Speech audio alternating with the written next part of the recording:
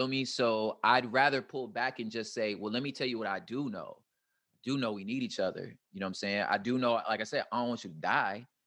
I know it hurt because I hurt. I mean, we hurting, but yeah, you're right. I don't have an answer. I mean, like I mean, my archives. I got a song called I Ain't Got an Answer. You know what I mean? Because it's true. I don't know. You know what I'm saying? We Were Only 10's first verse seems to reflect realities an American audience would be more familiar with, but the second one seems to take the perspective of a child in Syria. Was this a fictionalized account informed by history, or was that perspective coming from someone who actually lived through that experience? It's fictionalized, but in a way that so I'm on the board for the for PLC, for Preemptive Love Coalition, out in Syria and Iraq and at any sort of area of like border conflicts, Venezuela, Juarez, like they're everywhere, right? And my man Jeremy Courtney, who lives in Iraq, when you ask him about the process of radicalization and me learning really what they're working with, it just just listening to his stories and then even people that are on the ground and work there and live there, I'm like, this was too familiar. I was like, I know this story, and and that's why I put them next to each other, because I was like, this is exactly how it happens. Somebody pull up on your house and they demanding bodies. You feel me? And what you're gonna do, what that dad is gonna do, what that mom gonna do, what that little boy gonna do is what anybody else would do, which is like, not me, them. You feel me? So it's like, we got no problem with the caliphate, but them down there, I hear they talking mess. You know what I'm saying? It's not that you hate that neighbor. I just love my family. You know what I'm saying? Right. So I understand that. You feel me? Like, I understand that, because it was the same thing with the gang affiliation. Like, who you riding with? You feel me? All I'm trying to do is walk to school safely.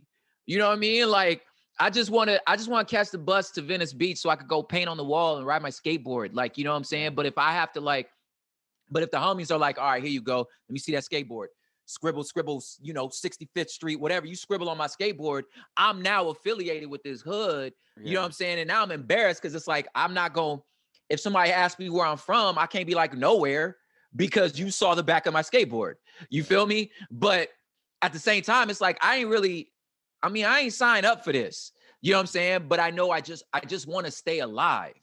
You feel me? And if your solution is, at least in the inner city, your solution is supposed to be the war on crime, war on drugs and the gang units and stuff like that. You telling me the police is supposed to be my protection from this, but I'm like, that's just like the US troops, to where you ain't no help.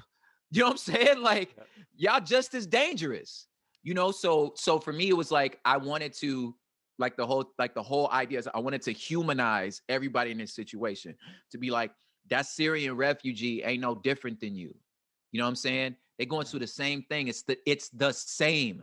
That's why I called it We Were Only 10, because I was like, he gets like you, I get it. It's just no one's ever articulated it like that for you to see that, like, yo, it's the same. Yeah. You feel me? It's not a monolith. It's like in the same way that like everybody mad at China. I'm like, you really think everybody in China agree with their government? Do you agree with your government? Do you know what I'm saying? I'm like, why you think, what make you think that? You don't even agree with your governor. You feel me? Like, and the governors, all 50 of them don't agree with each other. What make you think everybody in China think like that? What make you think everybody in Russia think like that? No, they just like you. Do you know what I'm saying? They don't trust their government. Just like we don't trust our government. What make you think? So I wanted to really hammer that in again, if we're building culture, to be like, look, dude, like you want to know what Syria thinking? They thinking what you thinking. You want to know what they would do in this situation? Same thing you would do in that situation. You want to know what you would do? Exactly what they did. You know what I'm saying? So that's why I just wanted to really hammer that home. And we know Intiande. Yeah. What was your reaction when Swoop sent you his verse back? Because that verse was insane. Verse of the year. And the candidate right there, bro, you know what I'm saying? And to compliment you as well, what you weaved in and out, describing the protest, Dylan, that was crazy. The Proud Boys, it was incredible. Can you just walk us through the song real quick? Yeah. So first of all, my reaction to Swoop was like, I think this is the first time my whole career that like a feature outwrote me. I was like, I can't believe it's finally happened. Somebody, I'm like, and that's why I called him, because I'm like, because when I wrote my verse, I was like, nobody's touching this. I don't know who I could put on this song. Ain't nobody messing with this right now. Like, ooh, my pen is on fire. Nobody messing with this. So then we was like, who do you think could keep up? Like, that's actually me and Mosky. That was the question. Who do you think could keep up? And I was like, what about Swoop? He was like, Swoop could actually keep up. And that's all I expected, was for somebody to keep up. Did he hear your verse first? Yeah. I Okay. recorded the verse and the chorus and I sent it to him. He sent it back within less than a week. And we looked at each other like, all right, are y'all serious? Who else can we get? Yeah, you know what I'm saying? I was like, and I sent it to 2 other people and they sent it back like, I don't know, bro. And I was like, okay, that's exactly what I thought. You know what I'm saying? So when Swoop sent it back, yeah, I was like, dog,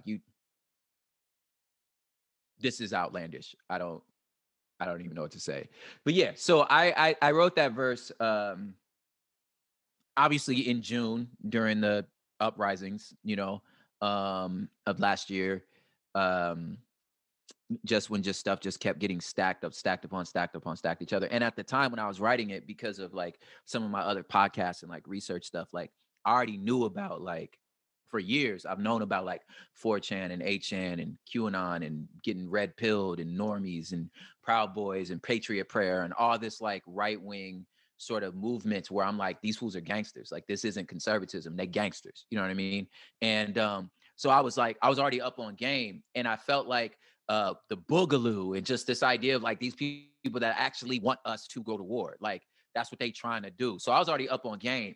So when I was writing this, I was like, how do I start bringing this like fringe stuff into the public conversation? And in the time between writing this and then it coming out, people started understanding who the Proud Boys was, and you know what I'm saying, and just some of this like more extreme right started thing. They started getting on the news a little more, you know what I'm saying? But ultimately, like, I was like, I need y'all to please, somebody ask me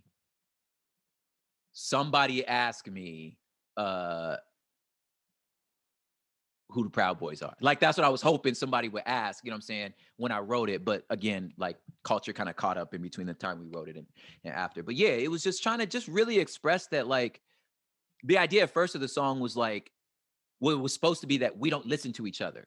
So it's supposed to be at first a little more, that's why it's called No Entiende, like we don't understand each other, right?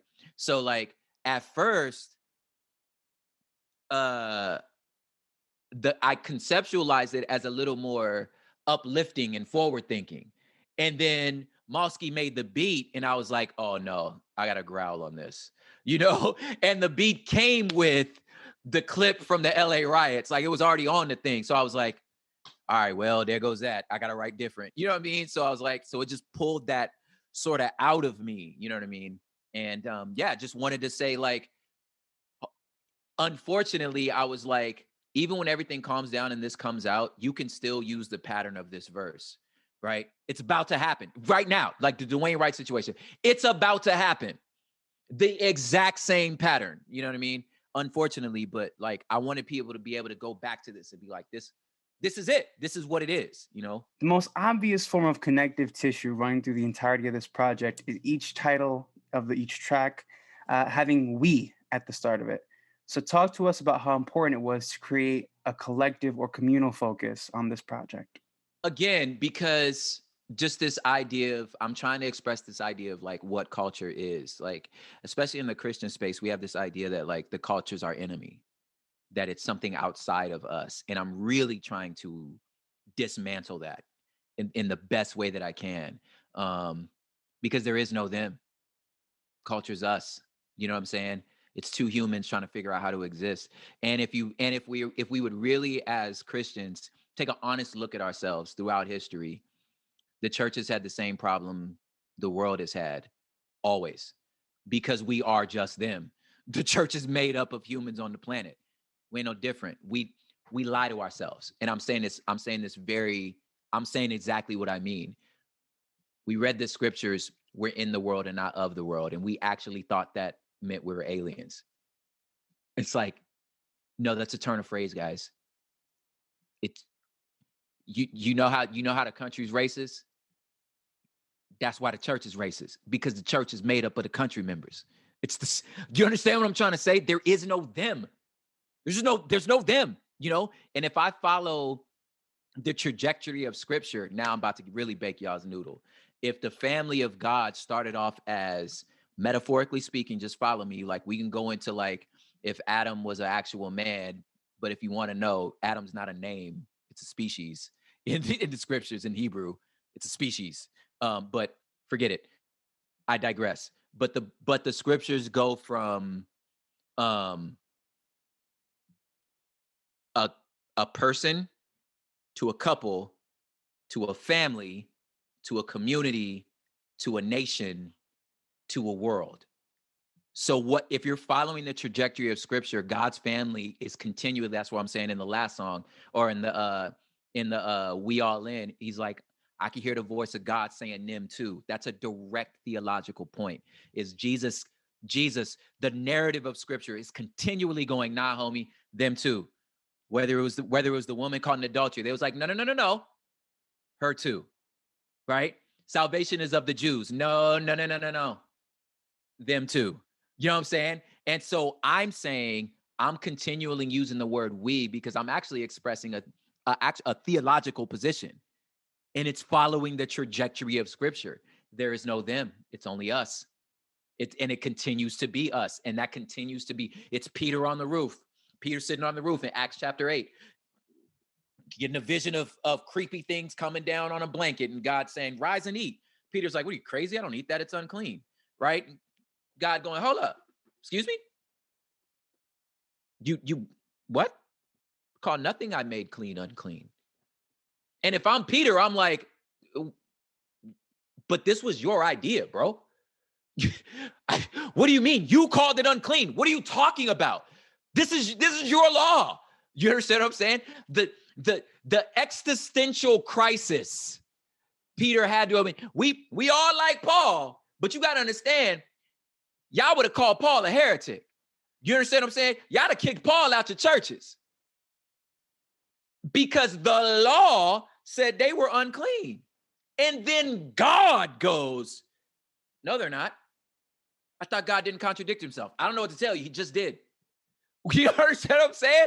That's what I don't know what to tell you. So for me, I'm going, maybe God's not contradicting yourself. Your theology's too small. Maybe that's it. Maybe you've landed on something and you don't, your hermeneutic, your theology, your worldview doesn't allow for what Peter just experienced.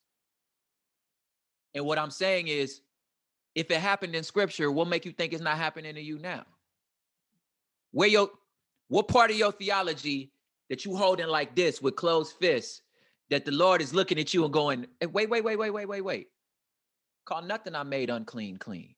Or call nothing I made unclean.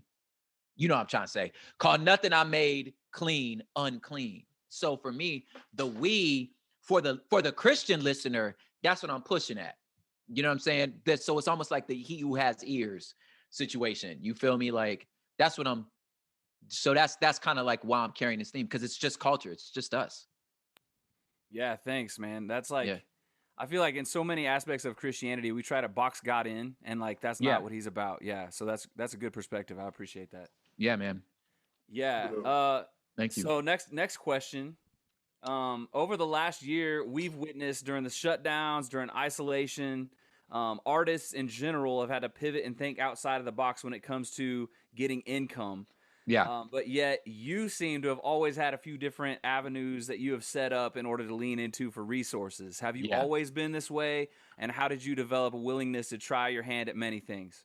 Man, yeah. Diversify your portfolio. Yeah. You know, multiple streams of income. It was something that was taught to me very young, you know. Right.